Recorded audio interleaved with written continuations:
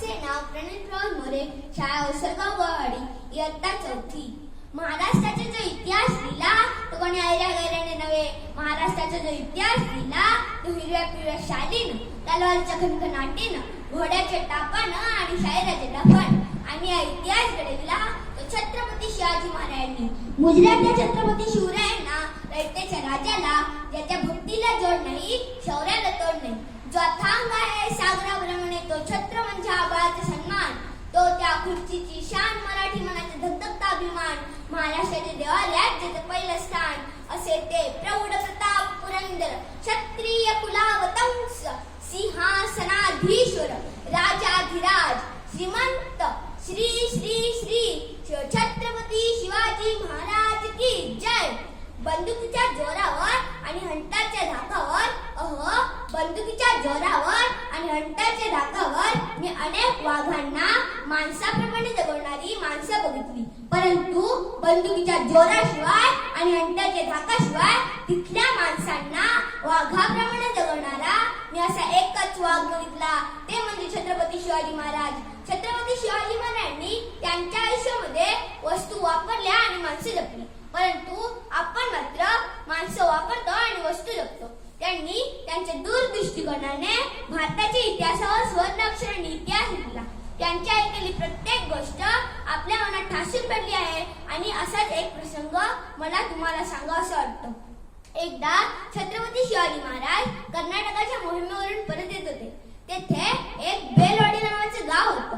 मल्लम्मा देसाई नावाची ठेलेदारीण तिथे राहत होती.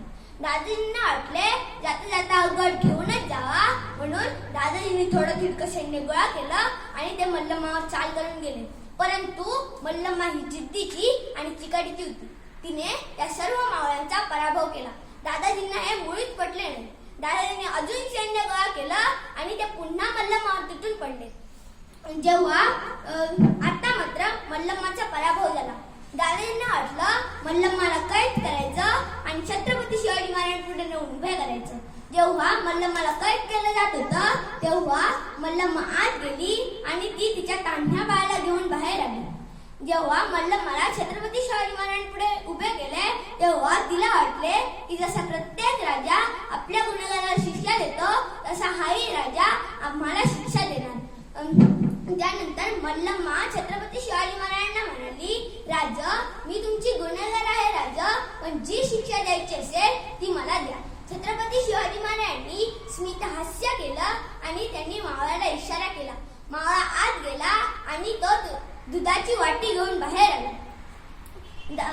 शिवाजी महाराजांनी त्या बाळाला मांडीवर बसवले आणि चमच्याने दूध पाजले आणि म्हणाले, हा जो आमच्या मांडीवर दिसत आहे ना तो आमचा भाचा आहे, म्हणजे तुम्ही आमच्या भगिनी झालात.